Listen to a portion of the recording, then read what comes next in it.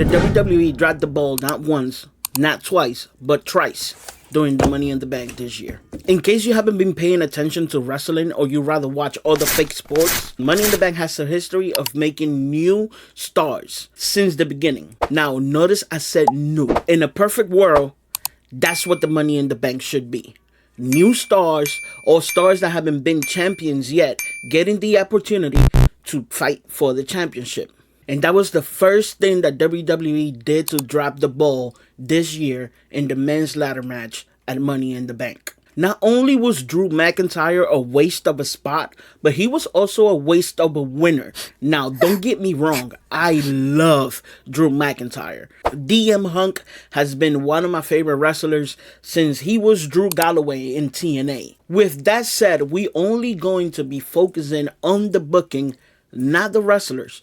My problem with the WWE and the ladder match was the booking. But before we move on, if you love wrestling content, make sure you hit subscribe, make sure you hit the notification bell so you can get notified when new videos come out. I might not do daily videos, but I might do some of these videos maybe twice or 3 times a week, depending on if there's any good topic that we should talk about. Also, leave me something in the comment. Anything you want to talk about, I might make a video about. Drew McIntyre was the only wrestler that has been a champion to this point at the Money in the Bank. And though I love the shenanigans and I had predicted that he was going to win, and I had predicted that he was going to cash in, and I had predicted that it wasn't going to be successful on my Discord, link in bio, the worst mistake WWE did was having Drew win and having Drew cash in. CM Punk cousin Drew McIntyre the World Heavyweight Championship again during his cash in at Money in the Bank was a well executed but nonsensical foolishness angle. And that, my friend, was the second time that they dropped the ball.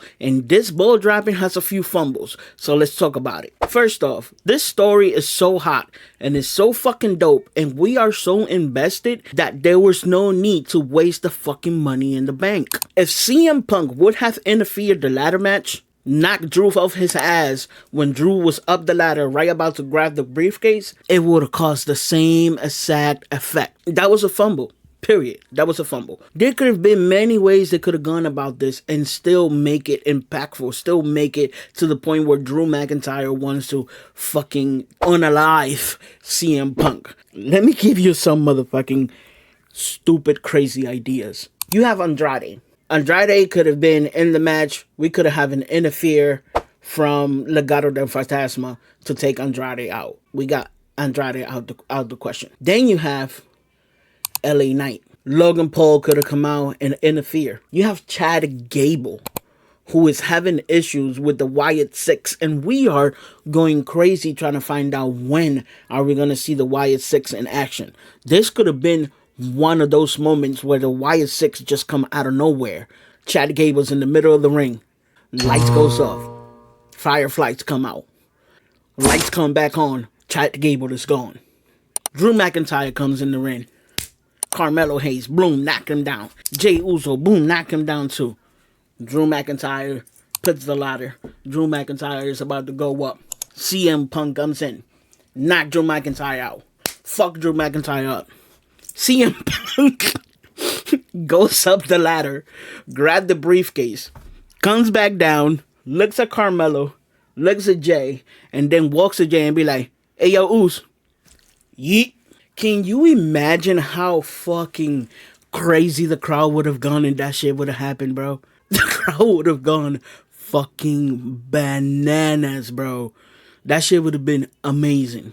But instead, y'all want to grab the briefcase, have Drew McIntyre win it, and then fumble the ball anyways whenever he was about to cash in. We don't even want to get into that. That was even fucking crazier. To the point where people are blaming Damian Priest for this, but it wasn't really Damian Priest's fault. The music didn't cue on time like it was supposed to, but that's a little besides the point at this point. But yes, to top it all off, you fucked up and fumble during the damn cash in. Fine. Let's move on. The third and biggest ball that WWE dropped was the bag. They dropped the fucking bag. Can you imagine? Raw happened, SmackDown happened. Let's say one of the two favorites won. LA Knight, yeah, or Jey Uso, yeet. Can you imagine the following week when the WWE shops open and you have one of these?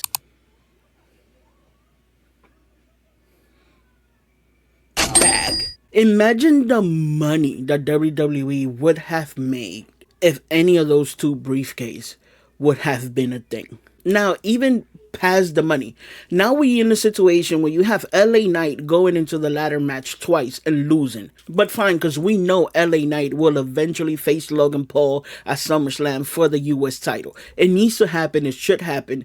Don't drop the ball on that one. But let's talk about Jey Uso right now. If I'm not mistaken, Jey Uso lost twice as the number one contender. Right now, he doesn't have a chance to become a number one contender again because he already lost twice. There's already new people going for the belt. The Money in the Bank would have beat that chance that at some point Jey Uso could have cashed in and become a champion. I think Jey has done enough where he deserves a single title.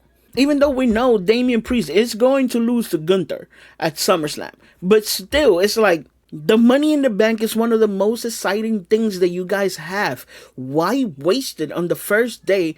And especially, it's fine if you had somebody else cash in, if you had somebody that made sense. But Drew McIntyre? That story doesn't need anything. That story doesn't need a title. That storyline doesn't need a briefcase. It doesn't need anything. It just needs those two guys being petty as fuck, which they have been petty as fuck for the last month and a half. So let them continue to be petty. I'm not gonna lie, the whole PLE to me was a little lackluster. There was two things that actually helped the PLE. First was the women's ladder match, which was the match of the night. I don't care what anybody says. That was actually the best choice they did, giving it to Tiffany Stratton. And the match overall, each and every one of those ladies gave it their all. And you could tell the performance that they put up was fucking phenomenal. I love the way the Bloodline storyline playing out, where they also making Jacob Fatu looks really strong. The fact that Solo pinned Cody Rhodes and is leading into that Cody versus Solo Sikoa at SummerSlam, and we're gonna see the return of.